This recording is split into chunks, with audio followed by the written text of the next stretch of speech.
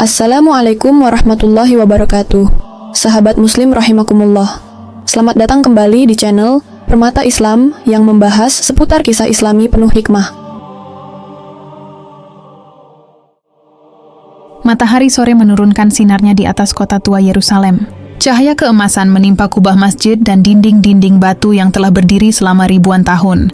Suara azan bercampur dengan lonceng gereja dan ratapan di hadapan dinding barat yang disebut Western Wall atau tembok ratapan, tempat yang dianggap paling suci bagi kaum Yahudi, di mana mereka menuliskan doa-doa di atas kertas kecil dan menyelipkannya di sela-sela batu. Namun di balik ritual itu, sejarah menyimpan luka dan misteri yang jauh lebih dalam daripada sekadar tempat ibadah. Sejak berabad-abad, tembok ratapan diyakini sebagai sisa terakhir Bait Suci kedua. Bangunan megah yang menurut tradisi Yahudi dibangun oleh Raja Sulaiman dan dihancurkan oleh pasukan Romawi pada tahun 70 Masehi. Namun penelitian modern mulai menggoyahkan klaim itu. Sejumlah arkeolog independen menemukan bahwa struktur fondasi dinding tersebut tidak sepenuhnya sejalan dengan letak bait suci yang digambarkan dalam naskah-naskah kuno, baik dalam Taurat maupun dalam catatan sejarah Bizantium. Batu-batu bawahnya, menurut uji karbon dan analisis geologi, bahkan menunjukkan usia yang lebih tua dari masa Sulaiman dan memiliki pola pahatan yang lebih mirip arsitektur Nabatayan, bukan gaya bangunan Yahudi kuno. Penemuan itu menimbulkan pertanyaan besar. Jika tembok ratapan bukan sisa dari bait suci, lalu sebenarnya ia bagian dari apa? Sebuah laporan arkeologi rahasia yang ditemukan di arsip Ottoman tahun 1910 mengungkapkan bahwa di bawah kompleks itu terdapat lorong bawah tanah yang membentang ke arah selatan menuju wilayah Haram al-Sharif, area tempat berdirinya Masjid Al-Aqsa dan kubah batu, Dome of the Rock. Lorong itu, menurut catatan petugas Turki kala itu, disegel setelah ditemukan simbol-simbol aneh di dindingnya. Ukiran berbentuk bintang 7 sisi, kalimat Arab kuno yang berarti, bumi ini akan bersaksi atas yang disembunyikan manusia, serta lingkaran dengan huruf-huruf Ibrani yang belum berhasil diterjemahkan hingga hari ini. Di masa modern, penelusuran terhadap jaringan bawah tanah itu dilanjutkan oleh tim gabungan arkeolog Israel dan Eropa pada 1940-an. Namun, laporan resmi proyek itu mendadak dihentikan oleh pemerintah Israel dengan alasan keamanan nasional. Hanya sebagian kecil data yang sempat bocor ke publik, bahwa lorong-lorong itu menyambung hingga ke bawah Masjid Al-Aqsa, dan bahwa terdapat ruangan besar berbentuk heksagonal, seolah dirancang sebagai tempat ritual rahasia. Banyak peneliti Muslim menduga ruangan itu bukan sembarang ruang bawah tanah, melainkan bagian dari kompleks kuno yang sudah ada sebelum masa Sulaiman, dan mungkin merupakan sisa-sisa struktur yang berhubungan dengan zaman para nabi. Dalam konteks ini, muncul pula teori-teori konspirasi spiritual yang mengaitkan tembok ratapan dengan rencana besar akhir zaman. Menurut beberapa ulama dan ahli tafsir nubuatan, Yerusalem adalah kunci dari 3 nubuatan utama dunia: kedatangan Dajjal, turunnya Nabi Isa, dan munculnya Imam Mahdi. Dalam tafsir Ibnu Katsir atas hadis-hadis Fitan wal Malahim, ujian dan peperangan besar, disebutkan bahwa menjelang kemunculan Al-Mahdi, Baitul Maqdis akan menjadi pusat perebutan kekuasaan, di mana para penguasa dunia berselisih atas tanah yang menyimpan rahasia wahyu. Rahasia itu, menurut sebagian penafsiran, bukan sekadar letak fisik sebuah bangunan, melainkan makna tersembunyi di balik simbol-simbol lama yang terukir di bawah tanah Yerusalem. Beberapa teks kuno berbahasa Arab Suryani yang ditemukan di Biara Marsaba bahkan menyebut istilah Maqam al-Nur, tempat cahaya akan muncul pada akhir zaman. Beberapa sarjana Islam menghubungkan istilah itu dengan lokasi di bawah kompleks tembok ratapan. Seorang peneliti Islam asal Mesir, Dr. Khalid Al-Hadid, dalam bukunya Al-Quds fi al-Nubuwat menulis, tembok ratapan tidak hanya menjadi simbol politik Israel, tapi juga medan spiritual di mana kekuatan dunia berusaha menghalangi rahasia kebangkitan terakhir. Di sanalah akan terjadi pertemuan antara yang tampak dan yang tersembunyi. Jika kita menelisik lebih dalam, pernyataan ini tampak selaras dengan berbagai hadis yang menyebut bahwa kekuatan-kekuatan dunia akan bersekutu untuk menjaga sesuatu di Baitul Maqdis. Bukan karena nilai religiusnya, tapi karena ketakutan mereka terhadap datangnya seorang pemimpin yang akan mengguncang tatanan global, dialah Imam Mahdi. Dalam wawancara yang bocor pada awal tahun 2000-an, Seorang ex-anggota proyek arkeologi Israel bernama Daniel Kestenberg mengatakan hal yang mengejutkan. Kami menemukan sesuatu yang bukan berasal dari masa Sulaiman, bukan juga Romawi, tapi sesuatu yang lebih tua, sesuatu yang membuat beberapa orang di pemerintahan ketakutan. Ketika ditanya apa yang mereka temukan, ia menjawab samar. Ada ruangan kosong, tapi bukan benar-benar kosong. Ada semacam energi di sana, seperti medan elektromagnetik yang aneh. Dan di tengahnya, batu besar yang memantulkan cahaya dari sumber yang tidak diketahui. Kesaksian itu tentu saja tidak pernah dikonfirmasi secara resmi, namun cukup untuk memicu teori bahwa tembok ratapan hanyalah permukaan dari sesuatu yang jauh lebih besar, sebuah sistem bawah tanah yang sengaja dikubur dan dijaga selama berabad-abad. Sebagian peneliti eskatologi Islam percaya bahwa apapun yang disembunyikan di bawahnya akan muncul bersamaan dengan tanda besar akhir zaman. Dalam satu riwayat disebutkan bahwa menjelang munculnya Imam Mahdi, tanah di Syam akan menyingkapkan rahasianya, dan Baitul Maqdis akan mengeluarkan isinya seperti bumi yang memuntahkan harta. Hadis riwayat Ahmad. Kini bayangkan, jika teori-teori itu benar, maka semua kekuatan politik, ekonomi dan militer yang berkumpul di sekitar Yerusalem hari ini bukan hanya karena alasan geopolitik, tapi karena ketakutan akan terbukanya sesuatu yang mereka tidak ingin dunia tahu, bukan hanya sekadar tembok tua untuk berdoa, melainkan gerbang rahasia sejarah manusia. Dan di balik gerbang itu, bersemayam sebuah janji, bahwa suatu hari nanti, seorang keturunan Nabi Muhammad SAW akan datang, membuka kembali rahasia itu, dan mengembalikan Yerusalem kepada cahaya yang sejati.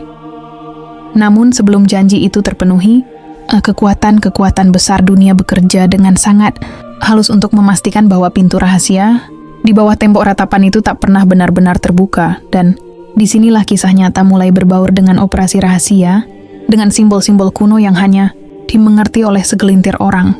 Beberapa arsip intelijen yang dibuka secara terbatas di Inggris dan Amerika menunjukkan bahwa penelitian arkeologis di kawasan Baitul Maqdis tidak sepenuhnya dikendalikan oleh otoritas Israel, melainkan oleh konsorsium tersembunyi yang melibatkan lembaga-lembaga barat dan kelompok kabalistik. Di antara nama-nama yang muncul adalah proyek bertajuk Solomon's Return Initiative, program rahasia yang dibiayai oleh beberapa perusahaan energi dan teknologi global. Tujuannya bukan untuk wisata religi, tapi untuk meneliti anomali energi bawah tanah di sekitar tembok ratapan. Laporan teknis dari tim tersebut menyebutkan adanya pola elektromagnetik yang konstan di bawah area itu, pola yang bergerak seolah membentuk spiral cahaya yang berdenyut lambat, seperti napas bumi. Ketika pola ini diukur menggunakan interferometer, ditemukan frekuensi yang tak bisa dijelaskan oleh aktivitas geologis alami. Salah satu ilmuwan yang terlibat, seorang ahli fisika partikel asal Prancis bernama Dr. Lucien Morvan, menulis dalam jurnal pribadinya, energi ini bukan berasal dari bawah tanah, tapi dari sesuatu yang menjawab di dalam ruang hampa itu. Ia seperti menyimpan memori kuno yang aktif ketika disentuh oleh sinar bulan. Temuan ini membuat para pemimpin spiritual Yahudi dan kelompok kabalistik terobsesi. Mereka percaya bahwa itulah nafas Shekinah, napas kehadiran ilahi yang dulu diyakini memenuhi bait suci. Tapi bagi sebagian peneliti Muslim, getaran energi itu bukanlah cahaya ketuhanan yang mereka bayangkan, melainkan tanda kekuatan yang dijaga agar tidak bangkit. Tanda dari janji akhir zaman. Pada saat yang sama, Yerusalem kini telah menjadi laboratorium besar bagi pengendalian informasi spiritual dan geopolitik, media, arkeologi, hingga dunia akademik dikondisikan untuk menjaga narasi bahwa tembok ratapan adalah tempat paling suci umat Yahudi, padahal data sejarah, catatan kuno, dan bukti geologis menunjukkan sesuatu yang jauh berbeda. Bahkan dalam beberapa dekade terakhir, sebagian pengamat internasional mencatat lonjakan proyek pembangunan di bawah kompleks itu, Tunnel Excavation Project yang diklaim sebagai restorasi situs kuno, padahal kenyataannya mereka menggali tepat ke arah fondasi Masjid Al-Aqsa. Data sebuah foto satelit resolusi tinggi yang bocor ke publik pada tahun 2018 menunjukkan pola simetris aneh di bawah tanah kawasan barat Yerusalem. Pola itu menyerupai bintang bersudut 6 yang terhubung oleh saluran-saluran sempit, seolah membentuk jaringan energi. Beberapa peneliti Islam menyebut struktur itu sebagai silsilah kegelapan, rantai tempat bersemayam kekuatan dunia yang sedang menunggu pemimpin global baru, bukan dalam arti politik semata, tapi pemimpin spiritual yang kelak akan menentang Imam Mahdi. Dalam banyak hadis, disebutkan bahwa menjelang kemunculan Al-Mahdi, dunia akan dikuasai oleh sistem yang dibangun atas kebohongan besar. Hadis dari Abu Hurairah menyebut, akan datang masa ketika kebenaran disembunyikan seperti jarum di dalam lautan, dan orang-orang beriman berjalan dalam kebingungan di antara dua dusta besar. Tembok ratapan, dalam konteks simbolik, bisa jadi adalah salah satu dari dua dusta besar itu. Monumen yang dirawat, disembah, dan dijaga untuk menutupi jejak sejarah sejati. Bahwa di bawah batu-batu suci itu terdapat arsip masa lalu, yang akan membongkar semua kepalsuan agama buatan. Bukti keberadaan arsip itu pertama kali muncul dari laporan seorang arkeolog Muslim Palestina bernama Yusuf Al-Qudsi, yang pada 1973 bekerja untuk Lembaga Waqf Islam. Dalam catatan lapangannya yang kemudian hilang, Yusuf menulis bahwa selama restorasi tangga di bagian selatan tembok ratapan, ia menemukan pintu batu tertutup debu yang tidak tercatat dalam peta kuno manapun. Ketika pintu itu diketuk, terdengar gema panjang seperti ruang kosong di bawah tanah. Namun, keesokan harinya, seluruh area itu ditutup oleh militer Israel dan Yusuf dipindahkan ke proyek lain. Setahun kemudian, ia dilaporkan menghilang dalam perjalanan menuju Aman. Tidak ada jejak, tidak ada penyelidikan resmi. Sampai sekarang, warga tua di Yerusalem Timur masih menyebut pintu itu sebagai Bab Al-Mahdiyin, gerbang para Mahdi.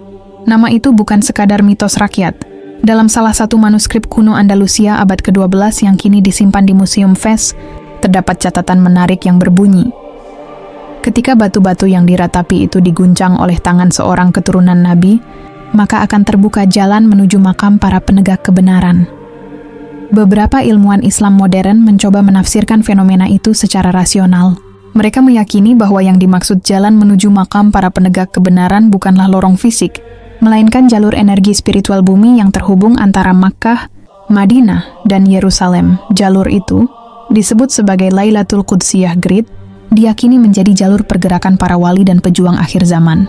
Menariknya, dalam peta resonansi magnetik global yang diterbitkan oleh European Space Agency tahun 2022, ditemukan bahwa 3 titik dengan aktivitas geomagnetik paling kuat di dunia terletak di Makkah, Madinah, dan Yerusalem, seolah mempertegas hubungan tak kasat mata antara 3 kota suci ini. Beberapa teori menyebut bahwa Dajjal dan kekuatan global di belakangnya berusaha memutus hubungan energi ini dengan membangun penyekat spiritual di Yerusalem dan tembok ratapan adalah titik pusatnya. Melalui ritual-ritual kuno, doa-doa yang diubah, dan simbol-simbol tersembunyi, mereka berusaha menutup frekuensi cahaya yang menjadi jalur datangnya kebenaran. Karena itu, keberadaan Imam Mahdi bukan hanya ancaman politik, tapi ancaman terhadap struktur metafisik yang menopang sistem mereka. Dalam pandangan sebagian ulama akhir zaman, ketika Imam Mahdi muncul, maka dinding itu, yang kini menjadi simbol keangkuhan dan penyesatan, akan retak oleh izin Allah. Sebuah hadis riwayat Abu Dawud menyebut, akan terjadi gempa di Baitul Maqdis, dan dari tanahnya muncul cahaya yang menerangi malam-malam Syam. Mereka menafsirkan bahwa gempa itu mungkin bukan hanya geologis, tetapi spiritual, runtuhnya sistem lama yang bersembunyi di balik tembok ratapan. Dan saat dinding itu hancur, bukan hanya batu yang jatuh, tapi seluruh kepalsuan sejarah yang selama ini melindungi proyek besar dunia akan ikut runtuh. Di antara catatan-catatan kuno yang disembunyikan oleh para ulama Andalusia, ada doa pendek yang sering disebut sebagai doa penyingkap dinding. Doa itu berbunyi, "Ya Rob, bukalah batu yang mereka ratapi dengan air mata dusta, agar tampak jalan bagi mereka yang Engkau janjikan cahaya." Sebuah doa yang konon, menurut keyakinan sebagian sufi, akan dibaca kembali oleh Imam Mahdi ketika beliau memasuki Yerusalem. Dan pada saat itulah, seluruh dunia akan menyaksikan pergeseran besar. Sistem lama runtuh, tembok terbuka, dan rahasia bumi suci terungkap sepenuhnya. Namun sebelum cahaya itu benar-benar menembus, ada bayang-bayang yang bergerak di antara reruntuhan doa dan batu-batu tua Yerusalem. Di balik setiap ratapan, di antara lipatan surat-surat kecil yang diselipkan ke celah dinding, berdenyut jaringan pengawasan global yang tak pernah tidur. Disitulah permainan besar dimulai, permainan yang menggabungkan ilmu arkeologi, politik dunia, dan agenda mistik yang berakar pada nubuatan ribuan tahun lalu. Sejak awal tahun 2000-an, Yerusalem telah menjadi kota paling banyak dipetakan dari bawah tanah dibandingkan kota manapun di dunia. Data Citra Georadar milik Lembaga Israel Antiquities Authority, IAA, menunjukkan adanya lebih dari 48 lorong dan ruang bawah tanah di sekitar kompleks Al-Haram Ash-Sharif yang sebagian besar tak pernah diumumkan ke publik. Dokumen bocoran yang diunggah ke Forum Akademik Internasional pada tahun 2016 bahkan menyingkap adanya proyek bertingkat 3 di bawah area barat dinding. Salah satunya diberi kode Chamber 72. Menurut laporan teknis itu, Chamber 72 berisi ruang berdiameter sekitar 40 meter dengan sisa pilar batu yang diperkirakan berasal dari masa sebelum Raja Herodes. Namun yang paling mengejutkan bukanlah bentuk arsitekturnya, melainkan perangkat modern yang ditemukan di sana. Salah satu saksi teknis yang diinterogasi oleh jurnalis independen Prancis, Pierre Legrand, mengatakan, "Kami melihat kabel-kabel serat optik dan sensor logam yang dihubungkan ke dinding batu kuno, bukan untuk penggalian arkeologi, tapi seperti sistem pemantauan energi bawah tanah."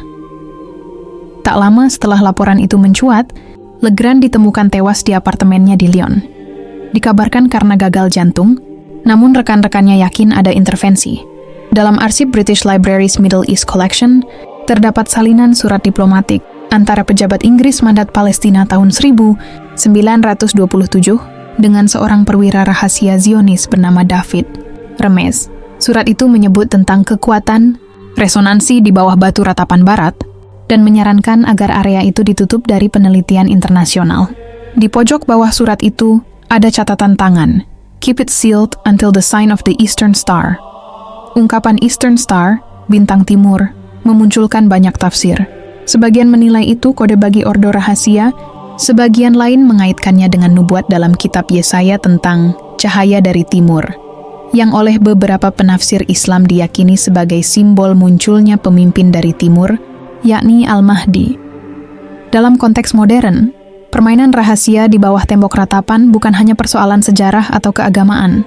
Ia telah menjadi poros dari apa yang disebut banyak peneliti sebagai Spiritual Intelligence Network, jaringan kolaboratif antara lembaga intelijen dunia dan ordo mistik yang menggabungkan data elektromagnetik, lokasi geopolitik, dan simbolisme nubuatan. Nama-nama besar muncul di balik proyek ini: Rand Corporation, Brookings Institution, bahkan beberapa perusahaan pertambangan dan energi raksasa yang disebut-sebut menyalurkan dana riset untuk deteksi resonansi bawah tanah Yerusalem. Dalam laporan internal Rand, bertajuk Urban Resonance and Religious Stability, tahun 2019, tertulis bahwa aktivitas elektromagnetik di Yerusalem berkorelasi dengan tingkat gejolak sosial dan keagamaan di dunia. Artinya, getaran di bawah tembok ratapan diyakini mampu memicu resonansi spiritual berskala global. Sesuatu yang secara ilmiah masih sulit diterima, tapi terus diteliti secara rahasia. Sementara itu, dari sisi teologis, kelompok Kabalah kontemporer menafsirkan fenomena elektromagnetik itu sebagai sinyal bahwa pintu zaman baru tengah dibuka, era di mana sang penebus yang mereka nantikan akan muncul dari barat kota itu. Namun, tafsir inilah yang menjadi titik silang besar antara mereka dan tradisi Islam. Karena menurut hadis-hadis akhir zaman, justru dari arah barat Baitul Maqdis itulah Dajjal akan muncul membawa fitnah besar, meniru mukjizat, dan mengaku sebagai Mesias. Dalam tafsir Imam Al-Barzanji disebutkan, ketika dunia telah terikat oleh satu perintah, dan Yerusalem menjadi pusat bagi segala hukum, maka saat itu fitnah besar akan dimulai. Maka, ketika dunia modern menjadikan Yerusalem pusat politik dan agama global, sebagian ulama melihatnya bukan kebetulan, melainkan bagian dari rangkaian persiapan akhir. Laporan-laporan lain yang muncul dari lembaga intelijen Turki, MIT, menyebut bahwa beberapa ekspedisi rahasia dilakukan di bawah Al-Quds dengan menyamar sebagai proyek restorasi. Dalam salah satu laporan yang bocor pada tahun 2021, disebutkan bahwa di dalam chamber 72 ditemukan sebuah batu datar besar dengan ukiran kuno menyerupai huruf Arab kuno yang terukir di tengah lingkaran cahaya samar. Ukiran itu diidentifikasi bukan sebagai dekorasi, melainkan simbol sebagai huruf pertama nama Mahdi. Beberapa bulan setelah laporan itu bocor, pemerintah Israel menutup semua akses bawah tanah ke area itu dengan alasan stabilitas struktur. Tapi para peneliti yakin alasannya bukan soal keselamatan, melainkan untuk menutupi sesuatu yang sangat besar. Di sisi lain, dunia Islam mulai memperhatikan tanda-tanda yang semakin sinkron dengan nubuatan. Bencana-bencana yang menimpa wilayah Syam, krisis global yang mengguncang sistem keuangan, dan meningkatnya ketegangan di Yerusalem dianggap sebagai isyarat menuju puncak pergantian zaman. Bahkan di kalangan ulama Timur, muncul keyakinan bahwa setiap aktivitas penggalian di bawah tembok ratapan adalah usaha terakhir kaum Zion untuk mencari artefak tabut perjanjian. Peti suci yang konon berisi peninggalan Nabi Musa, namun dalam tafsir Islam, peti itu sudah diangkat ke tempat yang tak dapat dijangkau manusia biasa, dan hanya akan kembali saat Imam Mahdi memimpin kaum mukminin. Di antara catatan yang beredar di forum akademik Timur Tengah, ada satu laporan yang paling misterius, The Hidden Chamber Manifesto, ditulis oleh seorang peneliti anonim pada tahun 2014. Dalam naskahnya ia menulis, mereka menggali bukan untuk menemukan masa lalu, tapi untuk memutus masa depan, karena di bawah dinding itu terkunci sesuatu yang akan mengguncang tatanan dunia. Sesuatu yang tak boleh jatuh ke tangan orang yang akan membawa kebenaran dari timur. Dan di akhir naskah itu, ia menambahkan satu kalimat pendek yang menggema seperti nubuat. Bila tanah itu terbuka dan suara itu terdengar dari bawah batu ratapan, maka dunia akan tahu bahwa Imam Mahdi telah dekat. Kini, seluruh pandangan kembali tertuju pada Yerusalem, kota kecil yang seolah menjadi titik temu semua nubuatan, tempat agama-agama besar saling bertemu namun juga saling menutupi. Di bawah tembok itu, mungkin tersimpan bukan sekadar artefak sejarah, tapi kode spiritual yang akan mengubah arah dunia.